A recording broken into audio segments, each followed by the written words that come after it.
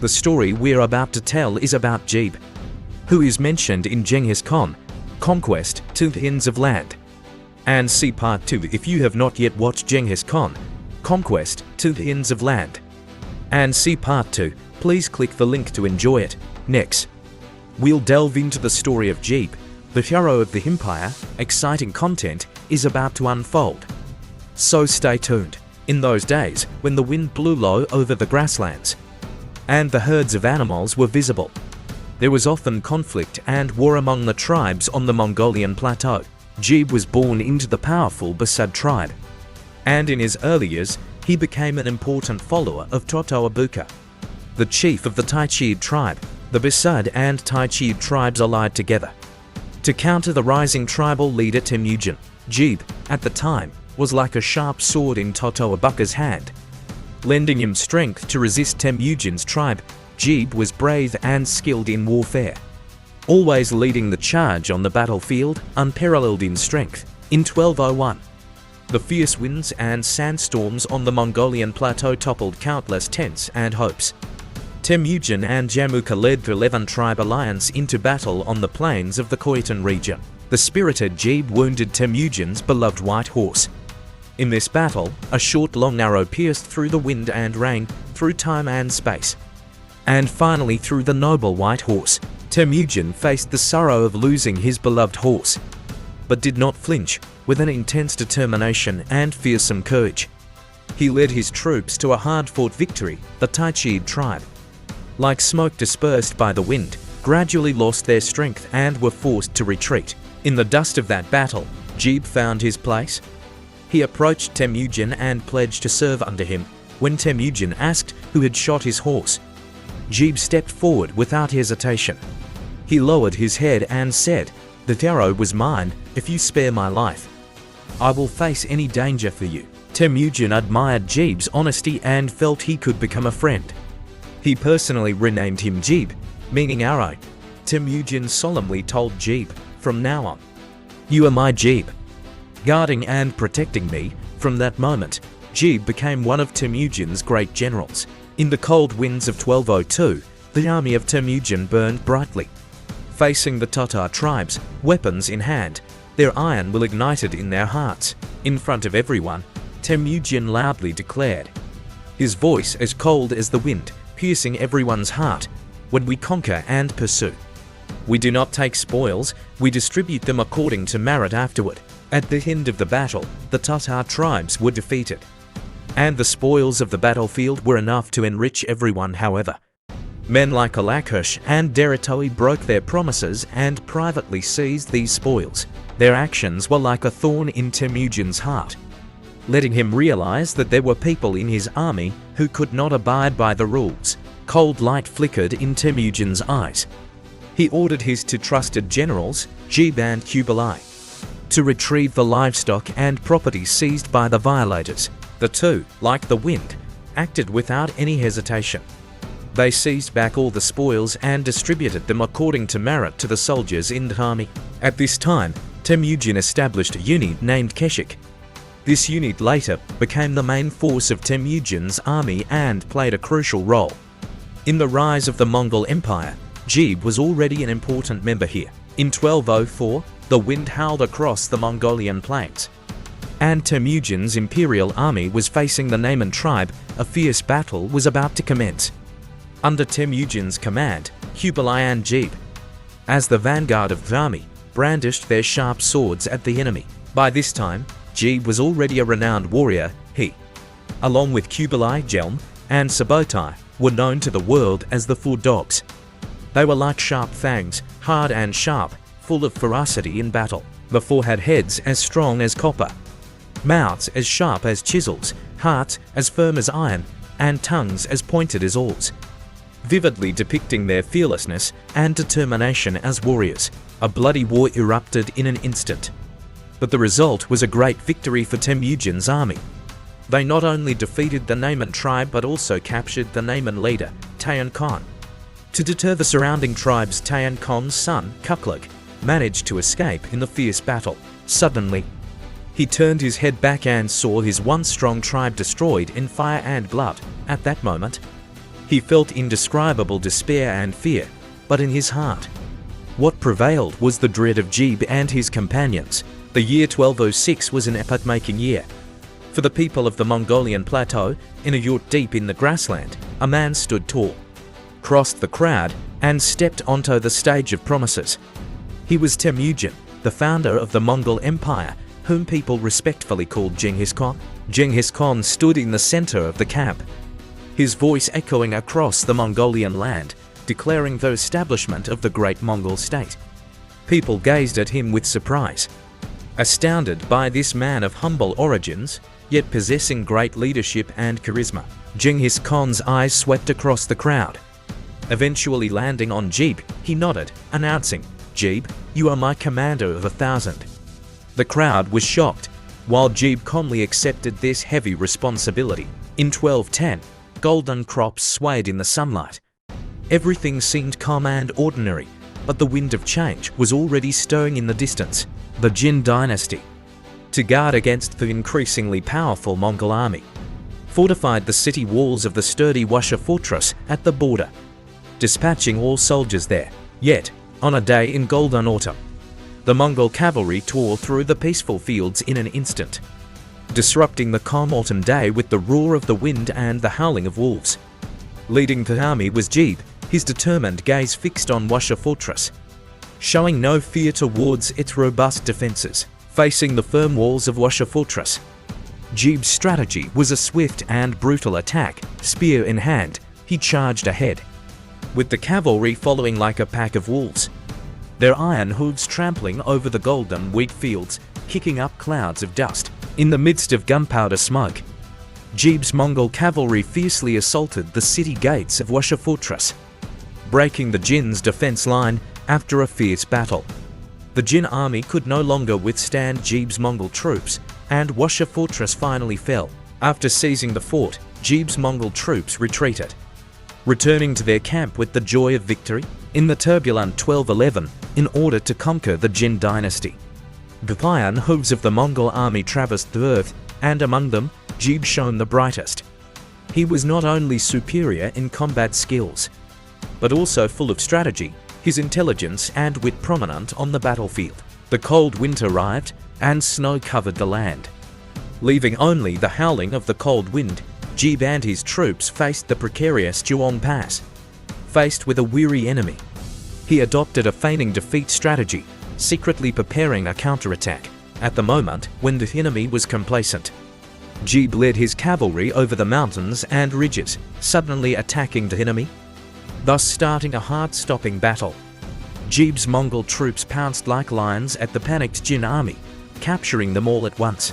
With the enemy retreating, Jebe's Mongol troops easily broke into Zhuang Pass.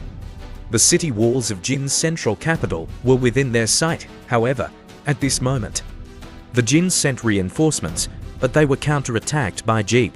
Jebe quickly reacted, leading his cavalry to turn around and head straight for the enemy's horse pens, driving away their horses, then return swiftly like flying steeds. In the harsh winter of 1212, as heavy snow covered the stone-paved streets of Dongjing city, Jebe once again led his army into battle.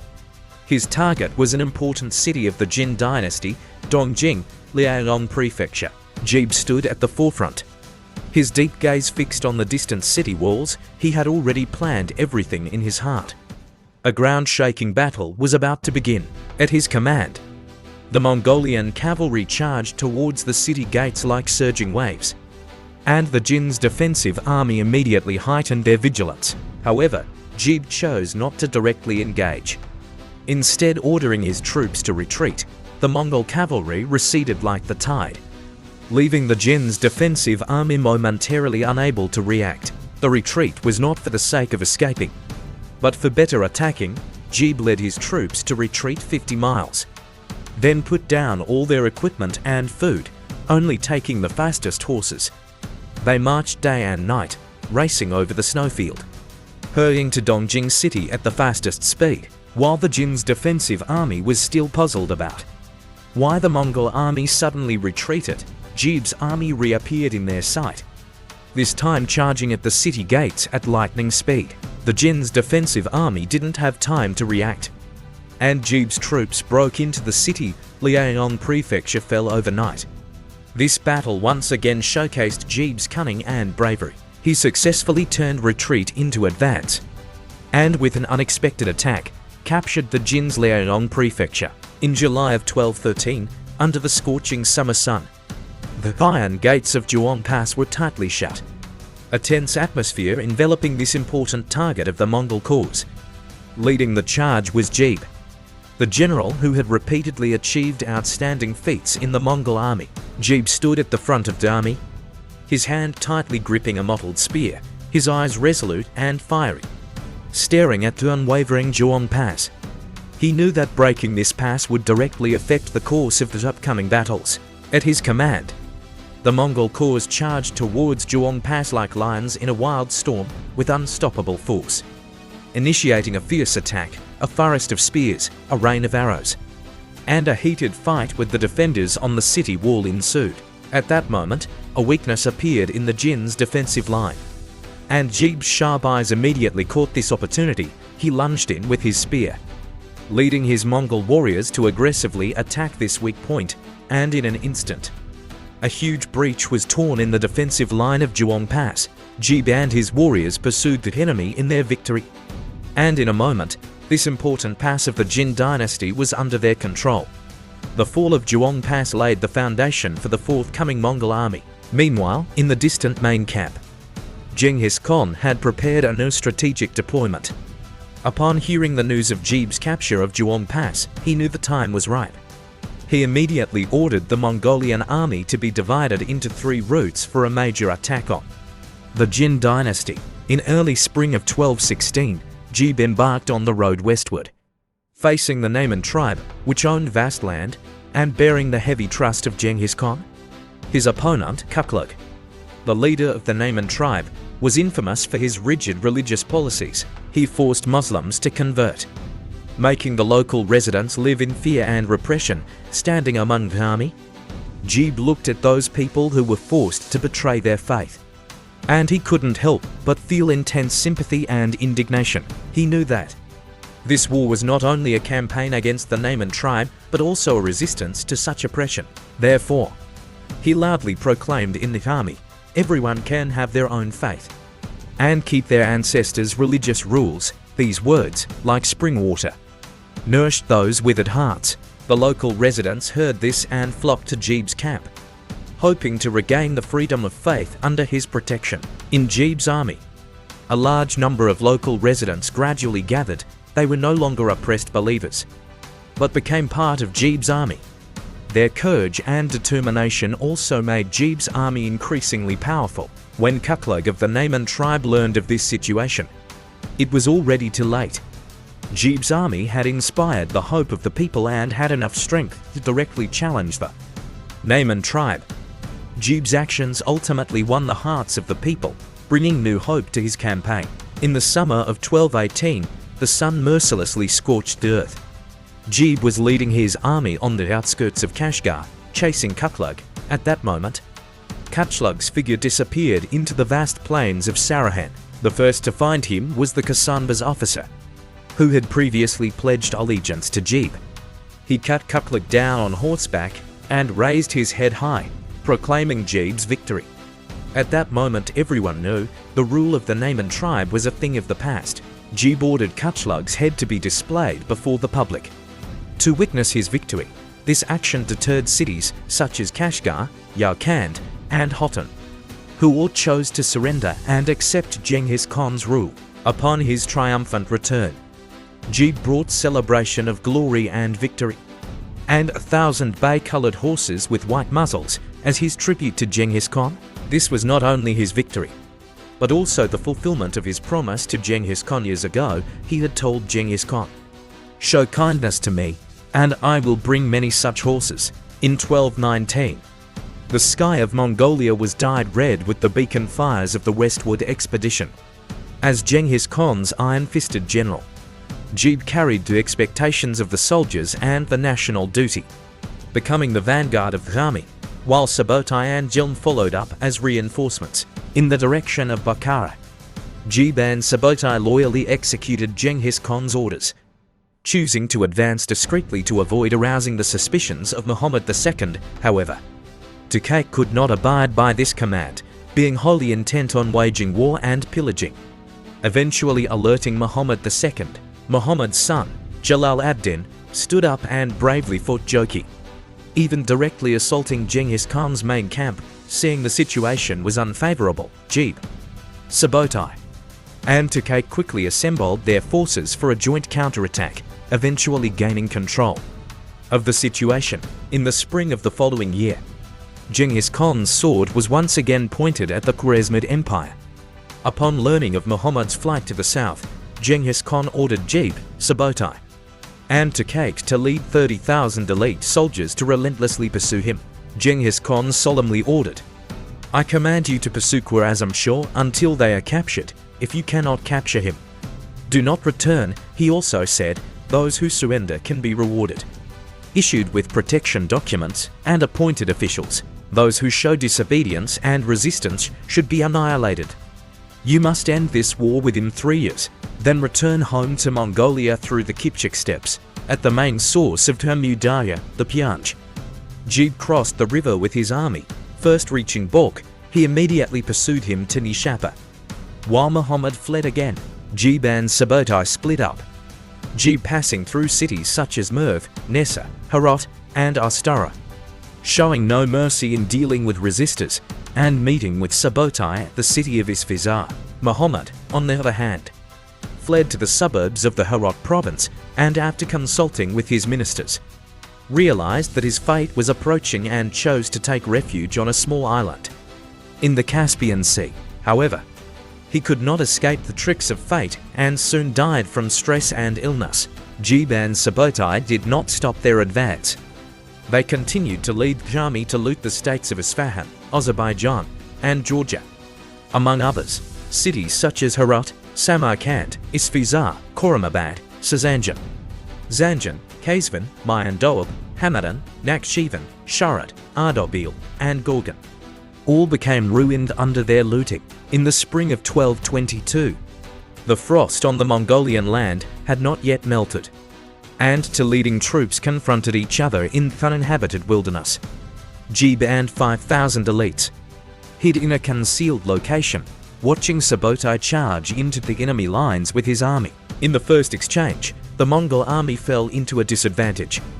But when the enemy's blood boiled and rushed to their heads, Jebe led his men and horses out from the ambush point, surrounding them in a circle. The spirited Mongol warriors instantly tore the enemy's front line and annihilated 30,000 Khwarezmian soldiers in one fell swoop. After a complete victory, Jebe and Subotai did not stop their march, continuing to move forward to Derbent from then on. They used their swords as pens, stones as paper, and blood as ink, crossing the daunting Caucasus Mountains, facing the blockade composed of Alans and Kipchaks from the grasslands north of the Black and Caspian Seas. Jebe and Subotai used cunning tactics to convey to the Kipchaks their common lineage, and that their common enemy was the Alans, and bribed them with a large amount of wealth. The Kipchaks were deceived and retreated, opening the road to Western Europe for Jebe and Subotai. They quickly crossed the Caucasus Mountains and advanced to the Dniester River. At this time, the Alans were still wary of the Mongols and decided to fight them. After showing their true beastly nature and attacking the Kipchaks again, Jebe and Subotai cruelly took back the wealth they had once gifted them. The remnants of the Kipchaks, fearful and chaotic, fled to the Volga, Bulgaria for aid. The Bulgarkans, Gallic and Kuev, led 80,000 troops to their rescue. However, Jebe and Subotai skillfully used a strategy of feigning retreat, which exhausted the chasing allied forces. At this moment, the Mongolian army suddenly turned and counterattacked, achieving a decisive victory near Mariupolia on the banks of the Ridge River, capturing both Gallic and Kuev. Then they mercilessly attacked the Genos merchants in the city of Sudak, looting all their wealth. Afterwards, they attacked the Bulgar state on the Volga River, turned southeast again, and subjugated the Khunti people of the Ural region. Finally, They crossed the steppes north of the Xia Darya and joined forces with the Mongol army. Led by Genghis Khan, the victorious Jebe and Subotai presented their military achievements to Genghis Khan. In 1224, the winter cold had not yet dissipated, but the iron hooves of the Mongol army had already thundered across the Dnieper River. The southern part of Rus and the Crimean Peninsula were brutally ravaged. However, the end of the expedition was in sight, and the army received orders to return to their Mongolian homeland. Thus, Jebe and Subotai led the troops together, returning to the east along the Kipchak steppes. In the midst of their journey, the waves of history suddenly calmed, and the heroic figure of Jebe, whose divine arrow once shocked the Mongolian steppes, struck the Jin Dynasty. Swept across Khwarazm, the Western Xia, and the Kipchak steppes, appeared in people's view. The long years of expedition and the consumption of life finally left indelible marks on Jebe. Due to his old age and years of hard work, he passed away in the midst of the army. Jebe was one of Genghis Khan's most trusted generals. His life was filled with the smoke of war and the celebration of victories. His bravery and determination made him stand out in countless battles, becoming a critical pillar of the Mongol Empire. His wisdom and strategic brilliance won immeasurable benefits for the Mongol Empire and unparalleled glory for himself. If you like this story, please help us by subscribing and sharing. Thank you.